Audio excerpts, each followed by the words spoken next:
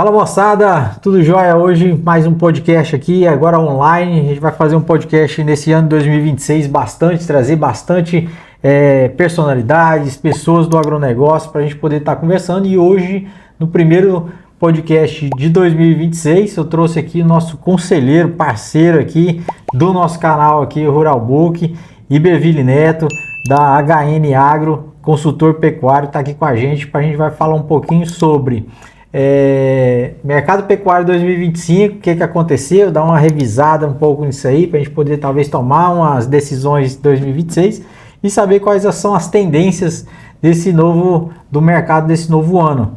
Como é que você está aí, Iberville? Tudo bem? Tudo bom, Rodrigo? Como é que vão as coisas? Tudo. Olá a todos também, é um prazer estar aqui mais uma vez. Tudo jóia. Pois é, dessa vez não é presencial, mas é online, é quase que, né? Hoje em dia funciona da mesma forma praticamente, né? É isso, tá, a gente já vai fazendo, como diz o outro, meio de campo aqui. Mas, Iberville, só para a gente poder ter uma noção geral, o pessoal está assistindo a gente também quer saber sobre o mercado. O mercado, realmente, o pecuarista viveu esse 2025, né, muito intensamente. Vamos tentar fazer uma revisão de o que aconteceu e quais foram os erros que aconteceram. Vamos fazer uma revisão geral, só para fazer uma retrospectiva. Vamos lá, Rodrigo. Bom, para falar de 2025, eu vou voltar até um pouco antes. Eu vou partir ali de 2024. Por quê? Porque em 2024, no segundo semestre, nós tivemos uma alta muito forte do boi.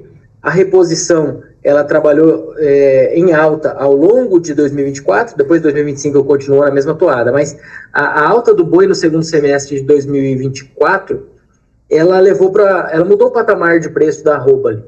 E 2025, ele já começou nesse patamar maior. Então, desde agosto de 2024, a gente vinha com o mercado trabalhando em alta ali em 12 meses. Sim. Aí, de agosto de 2024 em diante, o mercado trabalhou, vamos dizer, no positivo.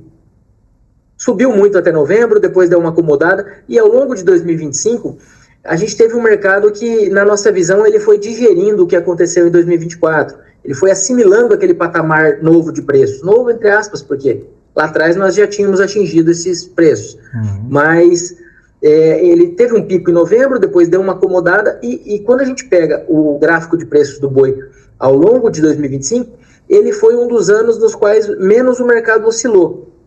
E a gente fica com essa impressão de que o ano não foi tão bom no fechamento, ficou com essa impressão, né? Eu acredito, na nossa visão, foi por quê? Porque as expectativas para o segundo semestre estavam um pouco melhores. Então, não é que o ano foi ruim na comparação com o ano anterior, só que o que aconteceu foi que a gente não teve aquela alta que o mercado estava precificando, até os preços futuros tinham atingido os 350, que foram oportunidades para quem aproveitou, mas eu acho que foi mais por causa disso, porque o mercado deu uma precificada, ele estava mais otimista do que efetivamente aconteceu, mas não que o ano tenha sido ruim em termos de preços.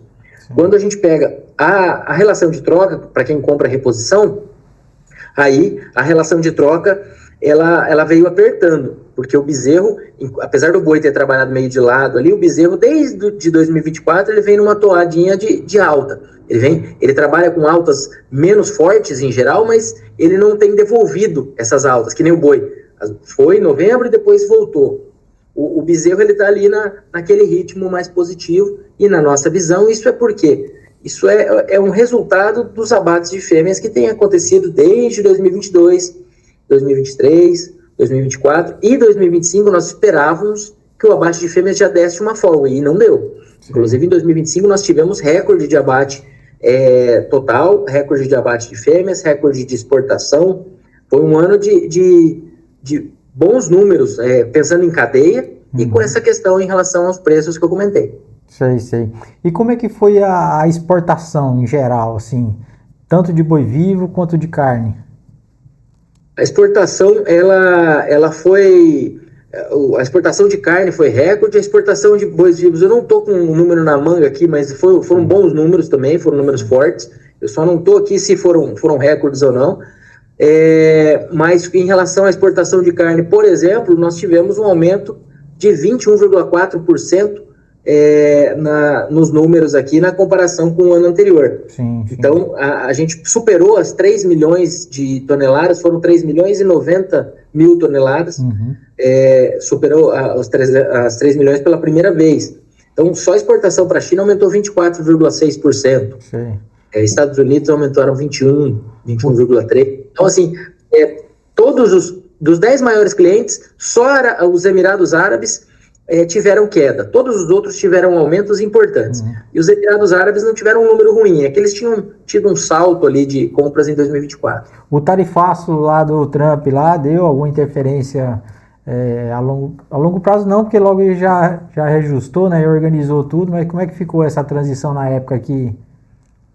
Rodrigo, o que aconteceu com o tarifaço? O tarifaço, ele foi divulgado ali em julho, né? Sim. E em agosto ele começou efetivamente. Então, em julho, nós tínhamos exportado, que ainda não tinha o efeito das tarifas, nós exportamos 12,7 mil toneladas. Aí, em agosto e setembro, isso caiu para pouco mais da metade. Só que outubro e novembro, a gente já estava quase no patamar de antes do tarifaço. Já estava lá nas 11 mil toneladas, mais ou menos. Sim. Então, a gente estava recuperando o ritmo, mesmo com as tarifas. E aí, no final do ano, essas tarifas saíram da jogada, né? Então, aquelas tarifas adicionais que existiam sobre a carne brasileira saíram os 40% que eram exclusivos do Brasil e os 10% que eram para diversos fornecedores de diversos produtos também. E ainda a gente tem o efeito, o momento atual, que é o momento que a gente ainda está preenchendo a cota para os Estados Unidos. Porque os Estados Unidos, a gente sempre fala dessa tarifa, desses 50% adicionais, desse tarifaço, mas o Brasil, no começo do ano, ele participa de uma cota de 65 mil toneladas para os Estados Unidos, que depois dessa cota que a gente tem uma tarifa de 26%, 26,4%. Então, esse comecinho de ano ainda deve ter esse benefício, porque nós mandamos muita carne para lá em dezembro, mas ainda essa carne, nós acreditamos que haja espaço para que o começo do ano seja de aproveitar essa cota aí, no finalzinho dessa cota. Sim. O ano passado... Em 2020... Opa.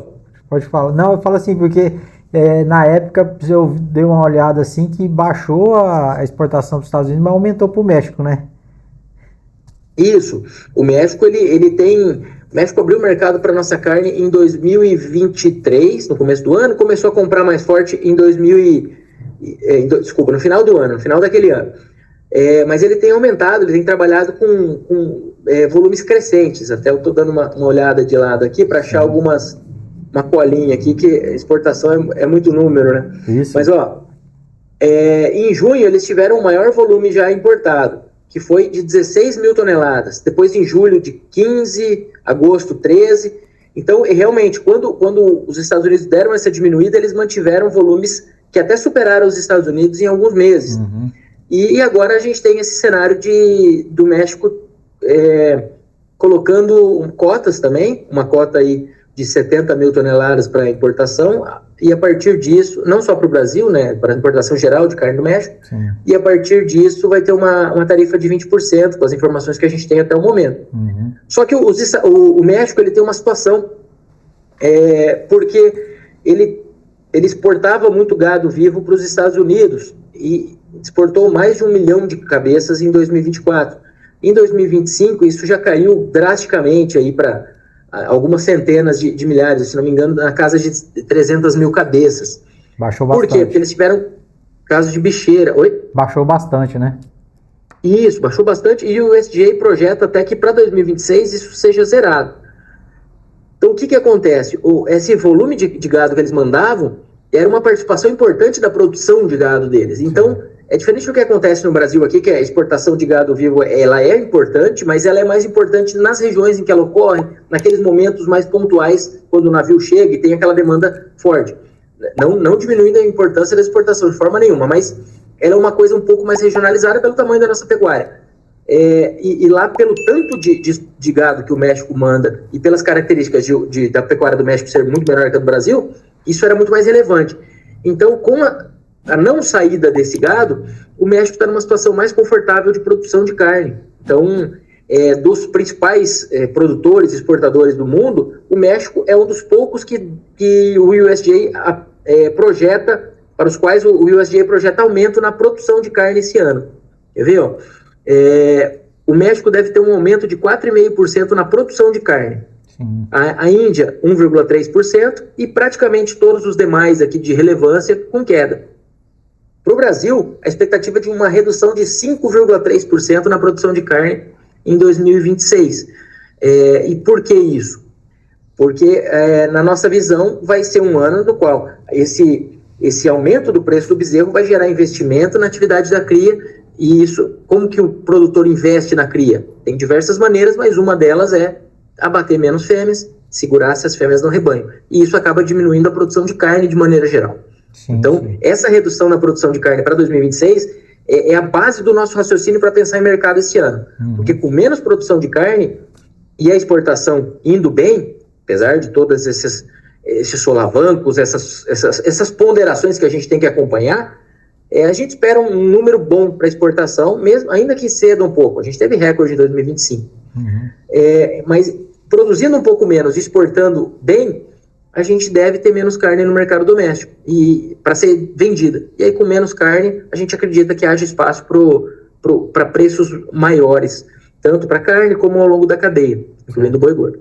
Já passando para 2026, você já está aí falando de 2026, a gente teve agora uma notícia do México e da China aí. O que está abalando o mercado aí? Exatamente, essa questão das tarifas. Do México a gente comentou um pouco que eles estão agora com essas tarifas que vão voltar, né? Na verdade, o que aconteceu com o México? Em 2022 eles fizeram um plano para conter a inflação, e aí eles tiraram tarifas de importação de inúmeros produtos.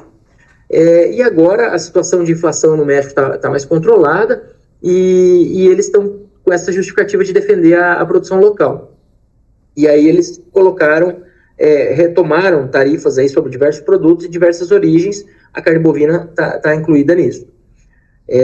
Em relação à China, também com a justificativa de proteger a indústria local, os produtores chineses, eles colocaram cotas de importação, e para o Brasil essa cota de importação ficou em 1,1 milhão de toneladas, que é a cota que o Brasil tem para 2026. Aí a gente tem algumas dúvidas que estão sendo discutidas entre os governos, né, de que se a carne que já foi, estima-se que mais de 300 mil toneladas já estejam no mar, se essa carne que já foi vai entrar nessa cota, o Brasil está tentando tirar isso da cota.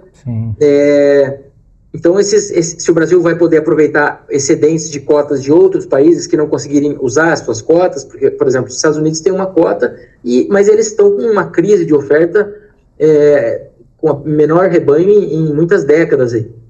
Menor patamar de rebanho, um pouquinho para cima, um pouquinho para baixo, dependendo da oscilação aí, mas o nível de rebanho é o menor em 70 anos. E o México não exportando gado para os Estados Unidos, isso só agrava essa situação. Porque devido a questões sanitárias ali, o México não está mandando mais gado para lá, ou está mandando muito pouco. Então a nossa leitura é de que isso é um ponto importantíssimo. A China é o nosso maior cliente, mas é um ponto que tem muita coisa para acontecer e para ser acompanhada ainda nos próximos meses e até o final do ano. Se essa cota, por exemplo, tivesse acontecido em 2025, considerando data de saída no Brasil, porque agora a gente está com essa carne que está indo, não sabe se vai considerar ou não, mas considerando as vendas mensais do Brasil, a gente teria preenchido essa cota em setembro. E é justamente na reta final do ano, ali entre setembro e novembro, que a China mais compra carne. Então, será que eles vão estar interessados em colocar 55% de tarifa no maior fornecedor na época que eles mais precisam de carne? Então, eu tenho minhas dúvidas se não vai haver algum ajuste disso ao longo do ano, porque eles colocarem tarifas para uma importação de um produto que eles precisam, acaba que eles estão importando a inflação, né? Eles estão colocando mais custo ali no custo de vida do chinês.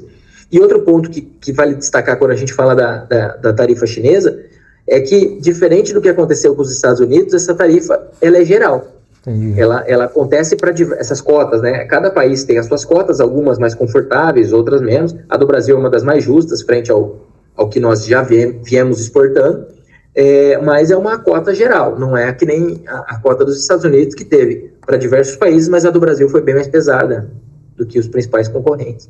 Sim. Tem algum outro mercado que está para abrir agora nesse ano de 2026? Algum país aí que está abrindo alguma coisa, novidade ou não? Rodrigo, o Japão, a gente sempre fala do Japão porque ele está sempre para abrir mercado, No ano passado teve uma reunião lá, né? Foi lá e tal. Teve. Inclusive a gente tá com uma auditoria programada para março agora, pelo menos as informações do governo são essas, de uma auditoria para março, e existe a expectativa de que possa trazer boas notícias. Claro que a gente também já teve outros momentos que acreditava que iam ser o estopim ali, o gatilho para abertura. Mas faz todo sentido para os Estados Unidos, para o Japão, abrir mercado para nossa carne. Porque eles compram dos Estados Unidos, que estão com essa crise de oferta, sim, carne cara, e eles compram da Austrália. Esses dois são os principais fornecedores deles, e a Austrália, apesar de fazer uma pecuária muito bem feita com o que tem lá, ela tem suas limitações, ela tem um rebanho pequeno. Então ela tem concorrentes, o Japão tem concorrentes de peso na Austrália, incluindo o próprio Estados Unidos, sim, que compram lá também. Uhum. Então, eu diria que faz sentido para o país, mas a gente tem que acompanhar. Na sequência, Japão abrindo mercado, isso deve ser um passo a mais na direção da Coreia do Sul também abrir mercado, e a gente está falando, Japão é o terceiro maior importador de carne bovina e Coreia do Sul é o quarto. Apesar de serem compradores muito menos fortes que a China e que os Estados Unidos, eles são grandes compradores de carne bovina também. Então, eu diria que o Japão é a nossa primeira ficha, e depois, em um segundo momento, talvez até mais distante, seria talvez a Coreia do Sul começar a evoluir um pouco mais também. E quanto essa confusão que está tendo agora, Estados Unidos, Venezuela e tal, não interfere muita coisa não. A Venezuela não é um grande cliente nosso, né? Rodrigo, eu acredito que não, a Venezuela ela já foi um grande cliente, já foi grande cliente de gado, já foi grande cliente de carne, foi nosso maior comprador de gado vivo por um período interessante, mas ela entrou nessa crise aí já há um bom tempo, né, e as nossas relações têm sido bem mais limitadas aí, pensando na pecuária. O que a gente acredita que possa ter influência talvez pelo atrito que isso está gerando nas relações Estados Unidos e China. Então, os Estados Unidos e a China ali, com atrito, os Estados Unidos também mandam carne para a China, mandam relativamente pouco, mas mandam. Nós temos também os Estados Unidos, se realmente esse petróleo deixar de ir para a China, porque a Venezuela tem parcerias comerciais ali, ela manda esse petróleo a troco de divisas e diversas negociações ali mais indiretas, mas esse petróleo da Venezuela, em boa medida, praticamente, ele ia para a China, uma boa parte dele. Então, menos um fornecedor de petróleo para a China pode ter algum impacto em inflação no país, e dentro do que a China importa não é tão pesado assim, mas é algo que vai nessa linha, com a magnitude a ser avaliada. E aí a gente teria o quê? Teria a China um pouco mais preocupada com inflação e talvez podendo olhar com mais carinho aí para essas cotas e se preocupar um pouco mais com o macroeconômico, com a inflação, do que efetivamente com a cadeia pecuária chinesa. Sim. Porque essas cotas, em tese, elas são para proteger a cadeia pecuária da China, para estimular o aumento de produção. Só que o que aconteceu nos últimos anos, se a gente pega produção, importação e consumo, a produção chinesa ela aumentou, a produção de carne bovina, mas ela aumentou numa magnitude muito menor do que importação e consumo. Então, em 2018 nós tivemos um surto de peste suína africana no país, isso tirou 20 milhões de toneladas de carne suína da produção anual deles, e aí eles começaram a comprar mais carne. Só que começaram a comprar mais carne de todos os tipos, incluindo a carne bovina. E aí o chinês começou a gostar da carne bovina. Então, mesmo depois que a produção de carne suína se restabeleceu, ficou tudo normal, o preço voltou, eles continuaram consumindo mais carne bovina. E isso é muito positivo, e isso, na nossa visão, limita um pouco dessas jogadas, até que ponto o governo chinês vai conseguir limitar tanto, porque isso, em um consumo mais estabelecido do que era há alguns anos, isso pode gerar um processo de aumento de preços maior do que o esperado ali, pensando em carne. Então seria uma ponderação. Eu acho que eles têm uma certa limitação, porque quando houve o caso de peste suína africana, o surto de peste suína africana lá em 2018, eles focaram muito na produção de aves. Vamos aumentar a produção de aves, vamos produzir mais frango, e a produção de frangos ganhou ritmo nos anos seguintes. A produção de suínos depois se recuperou, e a produção de bovinos também evoluiu um pouco, mas a produção de bovinos ela não é como uma produção de aves ou suínos que você consegue ir aumentando ela quase que indefinidamente se tiver grãos, né?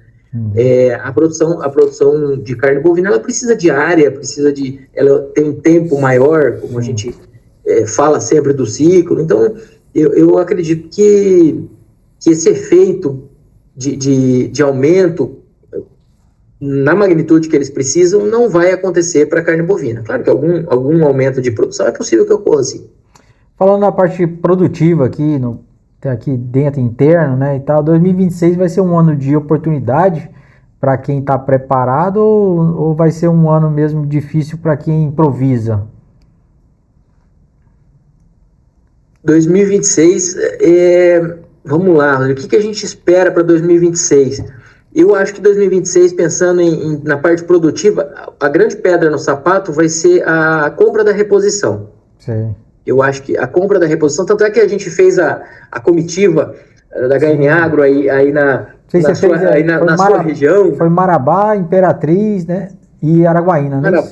Isso, Marabá, Araguaína, Imperatriz. Uhum. E nessa, inclusive, agradecer a parceria Rural Book, a sua e da empresa, né? Parceiros aí desde o início. Só quero aproveitar a oportunidade para agradecer mais uma vez. Sim, foi a UPL, podemos falar aqui. Foi o UPL, Tecnobif. Isso. E nós tivemos os parceiros de mídia Rural Book e diversos outros. O Canal do Boi, Notícias Agrícolas, Tempo e Dinheiro, DBO, todos eles aí apostaram no nosso projeto. 2026 vai ter mais comitiva. A nossa ideia é rodar em outras regiões também, né? Sim. Passar por outras regiões. Show. Desculpa, eu te cortei, mas pode continuar. Que é isso. Obrigado pelo espaço aí para falar da comitiva. Mas voltando para a comitiva, mas indo dela para o mercado, a gente fez uma pesquisa durante esses dias, esses eventos, e nessa pesquisa a gente perguntou, entre outros itens relacionados à tecnologia, sistemas, etc., a gente perguntou qual é a maior preocupação do produtor para 2026. E a maior preocupação disparada apareceu como reposição. E aí a gente cabe até um destaque, que nem todo mundo ali compra reposição dentro dessa análise. Mesmo com alguns fazendo cria ou ciclo completo, quando a gente pega o todo, a preocupação dos recriadores invernistas, ela superou outras preocupações. E aí depois a gente teve incerteza política e cenário econômico ali, meio embolados na terceira posição, segunda e terceira posições. Mas onde que eu quero chegar? Eu quero chegar no ponto de que, se eu tenho uma reposição mais cara, eu tenho que trabalhar melhor ela do ponto de vista de tecnologia. Sim. E por quê? Porque eu tenho uma matéria-prima mais cara.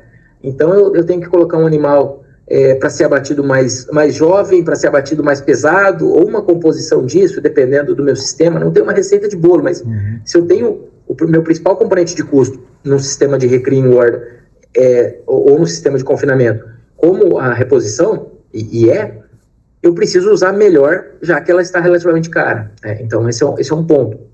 Só que quando a gente fala de mercado em alta, que é o que a gente acredita para 2026, 2027, 28, bons preços, mas talvez o pico tendo ficado em 27 ou sendo em 28. Essa é a nossa estimativa, nosso cenário básico.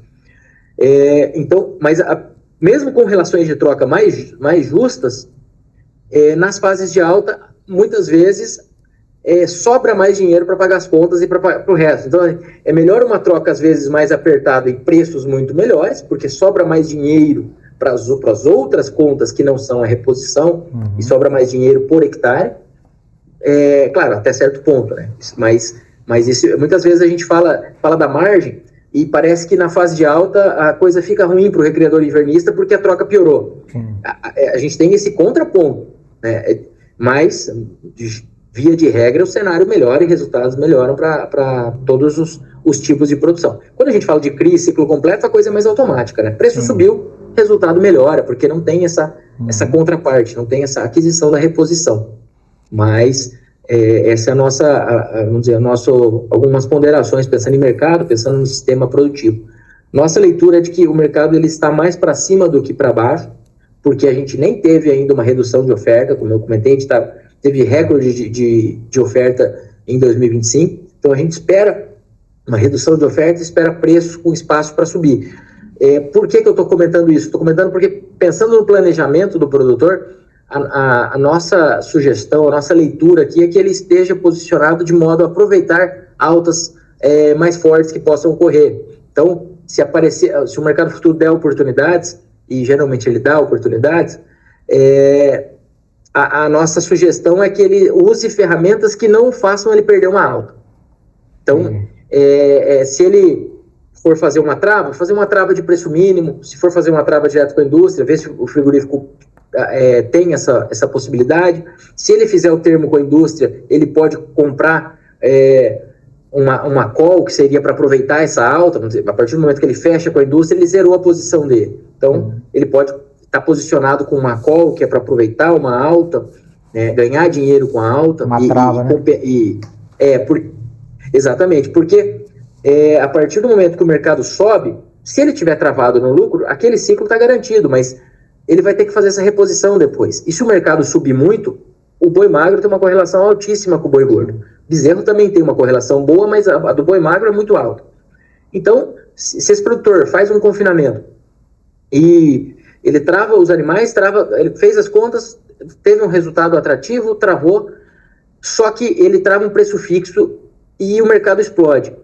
Ele vai perder aquela alta, mas não é só o psicológico de perder a alta. A questão é, se a receita dele não aumentou, o custo dele vai vir aumentando com a reposição. Então, por isso que é importante, não só para não perder uma oportunidade de alta, ou para não ficar com aquela sensação de oportunidade perdida, mas também para manter o poder de compra de reposição. Senão, dependendo da esticada que o mercado der, é possível que ele vá dinheiro de fora. Aquele ciclo vai ter lucro, se foi travado, mas continuidade na atividade.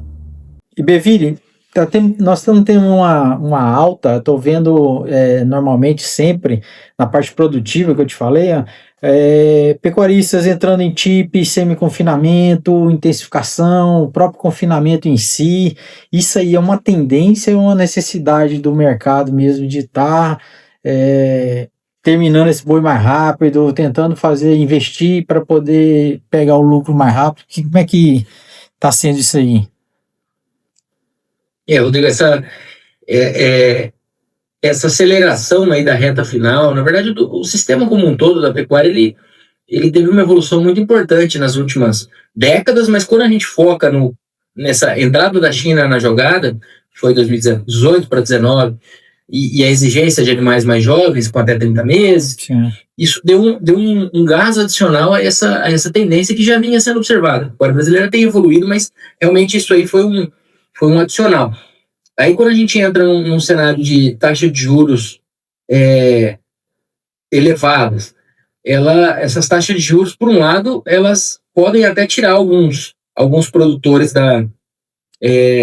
do confinamento. Se eles fazem a conta ali, eles são exclusivamente o confinamento exclusivo que a gente fala, né? Que ele compra o boi, faz a conta ali, vê a taxa de retorno e analisa se é um investimento bom ou não. Mas aquele produtor que coloca os seus animais em confinamento dentro de um sistema, às vezes ele tira esse animal um pouco antes do que seria a sua engorda, coloca num motel, ou ele mesmo tem um confinamento dentro de um sistema maior.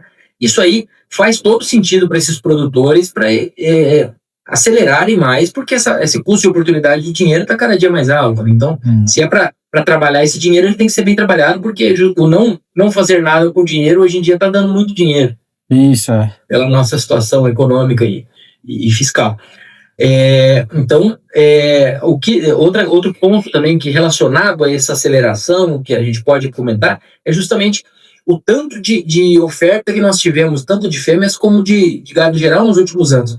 Porque quando a gente pega as últimas fases do ciclo, o número de anos de aumento de participação de fêmeas agora está um pouco maior já do que em outras ocasiões. Então, esse 2025 ele veio, vamos dizer, a gente tem usado esse termo até em algumas palestras, que está meio que na hora extra desse abate de fêmeas. Sim. E aí a gente tem algumas ponderações sobre isso. Primeiro, a China buscando mais novilhas, na verdade, as novilhas, pela idade, elas se enquadram na venda para a China. As novilhas, elas entram em programas de qualidade que tem aumentado no Brasil nos últimos anos. Os animais mais jovens, tanto para a China como para outros clientes menos importantes, mas os animais mais jovens têm ganhado participação. E tudo isso fez com que essa oferta de geral e com destaque para as fêmeas tivesse aumentado numa magnitude aí que a gente considera até surpreendente, né, nesses últimos anos. Então, a gente está batendo mais em relação ao efetivo, ao rebanho.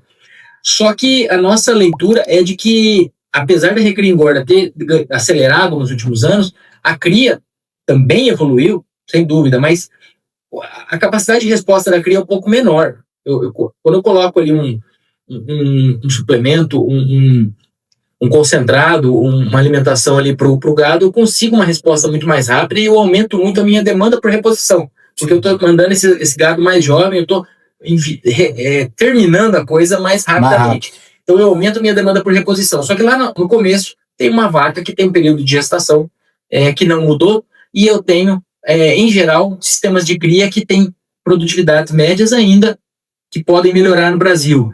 Em outras palavras, a gente visualiza a resposta da recria engorda como tendo ocorrido de uma maneira muito mais forte. Sim. E isso, na nossa visão, vai só aumentar esse gargalo de mais demanda por reposição, uma cria que tem evoluído, mas um ritmo um pouco menor. Isso vai aumentar esse atrito aí, que é demanda por reposição versus oferta de reposição nos próximos anos, consequentemente, ágio de bezerro, relação de troca apertada. Então, quando a gente fala das fêmeas, a gente tem... A nossa expectativa é que haja uma diminuição da oferta de fêmeas nos próximos anos, devido à fase do ciclo pecuário, retenção, investimento na cria. Só que o patamar médio de participação de fêmeas, nós acreditamos que vai se manter um pouco superior a de outras fases, outros ciclos. Sim. Isso acontece quando a gente pega outros países que trabalham com inseminação há mais tempo, que trabalham com cruzamento industrial há mais tempo, e isso eles acabam tendo uma participação média de fêmeas nos abates um pouco superior. E é o que a gente acredita que vai acontecer no Brasil. Mas isso não vai tirar o ciclo pecuário do FO.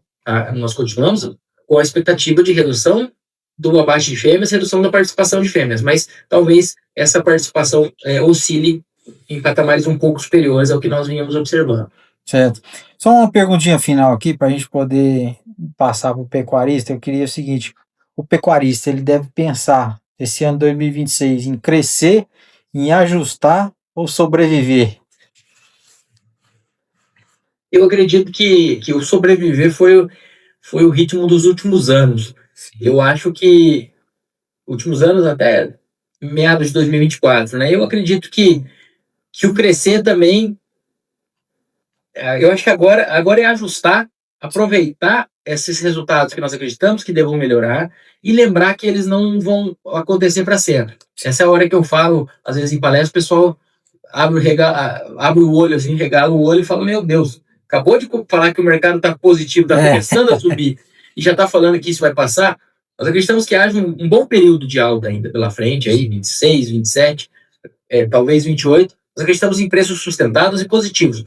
Só que é justamente nesse momento, quando o produtor não está lembrando do caixa, que ele tem que fazer o caixa. Quando ninguém está precisando do caixa, quando o caixa precisa ser feito. Por quê? Porque aí a gente passa pelo momento de crescimento que você comentou, se é um momento de crescimento ou não. Porque o momento de crescimento, o ideal era estar crescendo ali em 2023, quando estava todo mundo falando que a pecuária ia acabar. Sim. Só que para eu estar conseguindo crescer em 2023, eu tinha que estar fazendo caixa em 2019, 2020, 2021. Sim. Então, por isso que eu estou eu estou misturando aqui os temas porque a gente está numa fase que acreditamos que vai continuar boa, só que nessa fase boa o produtor tem que lembrar de reservar um pouco dessa gordura. Eu sei que muitas vezes tem compromissos passados que precisam ser aqui. Eu tô falando no cenário ideal aqui, claro, para lembrar da linha de raciocínio. Cada um tem a sua realidade, eu não estou aqui achando que a coisa é fácil. Mas fazer um caixa nesses próximos anos que devem ser mais positivos, para que a hora que a gente tiver numa fase mais difícil, o produtor tenha caixa quando está todo mundo com excesso de gado, que é a fase de baixo. Lá em 2023, por exemplo, todo mundo estava precisando de dinheiro na pecuária e estava todo mundo quase doando bezerro. Aquele momento era o momento ideal para comprar arrobas. Tá? A gente acredita que a arroba comprada atualmente ainda tem espaço para se valorizar. Tá? Não é o melhor momento, mas uma arroba comprada atualmente, nós acreditamos em uma venda em preços melhores que os atuais, pensando aí 12, 18 meses, pensando uma recria engorda a passo. Isso. Então, nossa expectativa é positiva. Nós não acreditamos que a gente já esteja naquele pico de preços lá de 2021, que o bezerro estava caro demais e quem comprou fez um mau negócio. Nós acreditamos que ainda há espaço para isso, para o mercado trabalhar construtivamente. Mas, em algum momento, esse bezerro vai ficar caro demais para o que ele vai ser vendido. Nós não acreditamos que seja o momento ainda. Sempre de olho, sempre travando, sempre comprando bem. Não é porque a gente acredita que o mercado vai subir que qualquer ágio é viável, qualquer ágio faz sentido, né? Não é chegar no leilão e comprar um lote mais caro. Não é essa a ideia. Mas dentro das médias de mercado, a gente acredita que haja espaço para esse bezerro ter uma venda a preços melhores aí do que os atuais. Sim. E é importante, eu acho que em qualquer momento, em termos tanto de alta quanto de baixa, o pecuarista ele procurar parceiros que possam estar contribuindo para esse ajuste, esse crescimento dele, né? Vamos supor, fala parceiros em termos de boitel, ajustar isso aí, a hora que falta comida daqui, entra no boitel dali, num confinamento, então se ajustar e não entrar num. Eu vejo muito pecuarista, eu falo no geralzão, né? Lógico que não é pontual. Vamos supor, entrando num negócio sem muito pesquisar muito sobre aquilo ali, vamos supor, tá faltando um capim, o cara já entra num confinamento, e pá, eu não vou fazer um confinamento aqui, sem muito planejamento, né, sem muita organização. E aí, eu acho que entra a forma de ajustar esses parceiros certo. Não, peraí, vou entrar numa parceria com um cara ali que já tá tudo organizadinho, e aí ele tem organizar para ter um resultado melhor para frente, né? O confinamento, o boitel, por exemplo, usando o teu exemplo, a tua linha de raciocínio, o boitel, às vezes, o produtor faz a conta, ele analisa e vê que esse ano os resultados do boitel especificamente foram muito positivos. A roupa engordada estava barata, né? Então, a conta do confinamento esse ano, em 2025, foi muito interessante. Mas, às vezes, em um ano mais normal, o produtor olha e aquilo ali não está tão interessante. Ele olha e fala, putz, eu vou ganhar só isso naquele animal. Mas dentro de um cenário ali, ele tirar esse gado antes da fazenda, ele tirar essa recria, um boi magro jovem, um garrote, tirar da fazenda, liberar pasto para que ele tenha, vamos dizer, um sistema de ciclo completo, para que ele tenha mais fêmeas produzindo bezerro, Sim. Faz muito sentido. Mesmo que às vezes a conta do gado que vai para lá não seja a mais bonita. Quando ele joga isso no todo, muitas vezes faz sentido, sim. Eu acho que ele é uma estratégia que deve ser considerada e sempre fazendo a conta do todo, né? Não é todo ano que o confinamento dá resultado interessante, mas olhar ele dentro desse contexto de liberação de pastagem, de você mandar esse gado na entrada da seca, você vai conseguir passar melhor essa seca, vai ter uma recuperação melhor na volta das águas, vai conseguir manter um efetivo de fêmeas em reprodução maior, e isso é muito importante, porque quem tinha mais fêmeas produzindo bezerros ali em 23, 24, tá com mais bezerros nascendo ou sendo desmamados agora para venda em períodos que a gente acredita que sejam bons adiante. Então, esse olhar o todo aí é uma sugestão, e claro, sempre com parceiros de confiança, com histórico. Quando a gente fala de confinamento, a gente tem um sistema que o produtor coloca o gado, porque ele sabe quanto que esse gado custou na fazenda, ou pelo menos devia saber, né? Sim. Ele tem um preço de venda já possível de ser travado. Se ele tiver um parceiro que tem um histórico e uma confiabilidade zootécnica ali para saber quanto que esse gado vai desempenhar, ele tem todas as variáveis na mão. Então é algo que faz muito sentido, é quase uma renda fixa aí dentro da pecuária quando feita casada ali, o gado entrando, sendo travado, dentro de um parceiro que tem seu histórico de desempenho e um custo já combinado, ele está com todas as variáveis na mão. Show. É isso aí, é achar o parceiro certo e organizar direitinho, fazer as contas, ver quanto que realmente custa o boi, quanto vai gastar e fazer as contas certinho. E Bervilha, então eu só te agradeço, cara. Obrigadão sua presença aqui com a gente mais uma vez. Convido para a gente poder estar mais frequente aqui esse ano, 2026, aqui fazendo alguns levantamentos do ano, algumas previsões futuras aí, uns planejamentos para o cara já tomar rumo e alertando o pecuarista nesse mercado aí. É isso, Rodrigo. Eu que agradeço e conte com a gente. Vai ser um prazer estar mais frequentemente aqui. Já estive aí em loco, né? E agora é remoto. Em algum momento a gente passa por aí de novo. Mas conte com a gente. Tá Vamos bom? marcar. Você é nosso consultor principal aqui do mercado pecuário no portal Rural Book. Obrigadão. Obrigado mesmo. Agradeço. É isso aí, moçada. Tá aqui com a gente o Bervilli Neto, veio dar uma pincelada aí 2025, tendências para 2026. Em breve ele vai estar aqui com a gente. Valeu, moçada. Aquele abraço, fica com Deus e brigadão mais uma vez, Bervilli. Um abraço, pessoal. Até mais.